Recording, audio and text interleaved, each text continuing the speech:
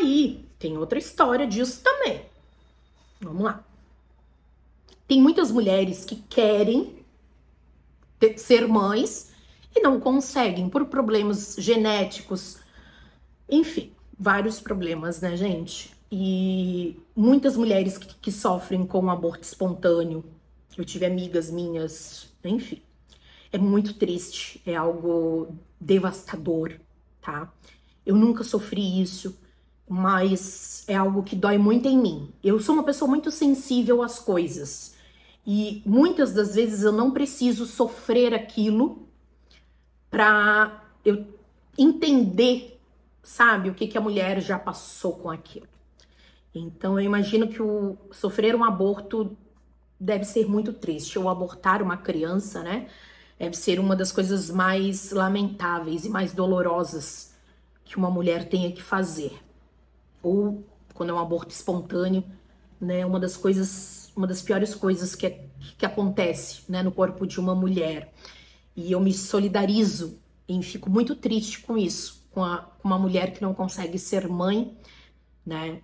E aí tem muita gente que pode pensar assim, poxa, você falando sobre isso, que as mulheres têm oportunidade hoje de não ser mães, elas podem optar, e parece até sacanagem, né? Muita gente, injusto, né? Parece até injusto.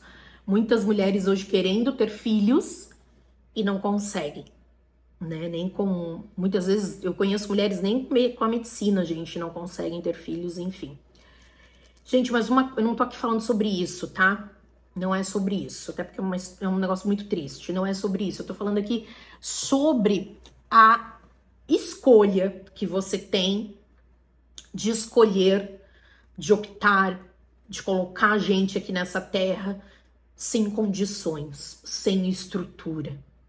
É disso que eu tô falando. Para você, mulher, eu acredito que o poder maior está assim na mão da mulher. Tá? Eu já tive, por exemplo, em relacionamento, vamos aqui em papo de mulherzinha aqui, relacionamento que a pessoa queria, por exemplo, ser pai, e eu não tava a fim de ser mãe, e gostava, tal, enfim, uma relação legal, e eu não parei de tomar minha injeção, a pessoa pensou que sim, eu não parei. Vocês conseguem entender que tá na nossa mão esse poder? Porque, gente, o filho é da mãe, me desculpe, homem, pai que tá me ouvindo aí, tá me assistindo, junto com a sua esposa, junto com a sua namorada, enfim. Filha da mãe, gente.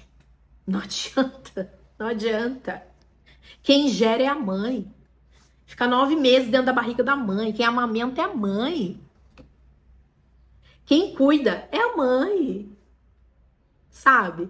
Todo o amor, todo o carinho, todo... É a mãe. Não adianta. Mãe é pra vida. Mãe é tudo. Você pode crescer sem um pai, mas você não pode crescer sem uma mãe. Tenha certeza disso. Absoluta, absoluta.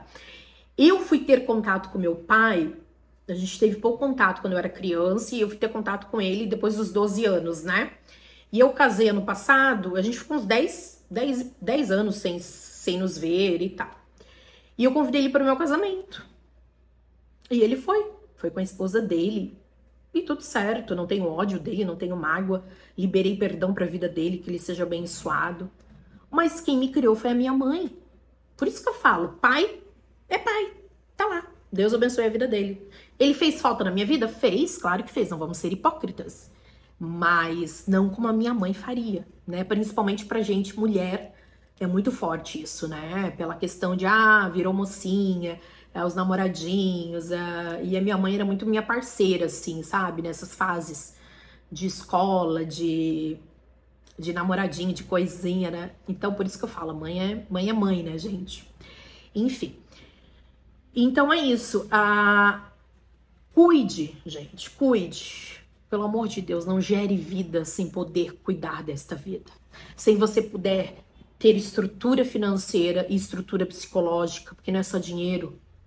Não é só dinheiro. É amor, é atenção, é carinho, é dedicação. Filho não é brincadeira, sabe? Filho não é um boneco, um carrinho que você pega ali e vai brincar aquela hora e deixa. Filho é real, sabe? Algo muito forte, algo muito precisa. Eu vejo histórias de pais separados, porque como eu vivi isso, né? Tive essa experiência de pais separados, que a mãe aterroriza, a mãe coloca os filhos contra o pai, sabe? Aí quebra tudo, né? Quebra aquela magia, aquela atmosfera, aquela coisa. O pai até tenta se envolver, mas nem, é melhor não, né? Porque a mãe já aterroriza tanto a cabeça da criança, que vai manter contato como? Não tem como, tem que deixar a criança crescer, ter uma mentalidade, sabe, para poder ressignificar os sentimentos. Infelizmente, tem mãe que não aceita separação, tem mãe que não aceita divórcio, tem mãe que só inferniza a vida do parceiro e vice-versa, tá? Tem pai que só inferniza a vida da parceira, inferniza a vida da mãe. E quem que tá no meio disso tudo? A criança. Por isso, só por isso, da minha revolta. Não é pelo pai ou pela mãe, quero que se explodam. É pela criança inocente, que não tem nada a ver com isso, mas no fim paga. Porque alguém tem que pagar o pato. E quem que vai pagar o pato? Quem que sempre paga o pato? A criança. Porque ela tá no meio disso tudo. E as duas pessoas não são inteligentes, não tem inteligência emocional, entendeu? Não tem inteligência emocional para se posicionar e falar, não, peraí. Ok, não deu certo como homem e mulher, mas peraí.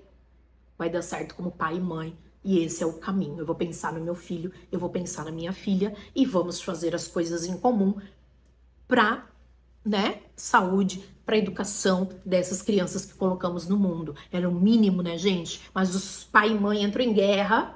Depois dessa fase, paralisa-se, enfim, é só ladeira abaixo. Aí você tem que esperar a criança amadurecer para contar todas as histórias e criar um vínculo de novamente com o teu filho ou com a tua filha. Difícil, hein?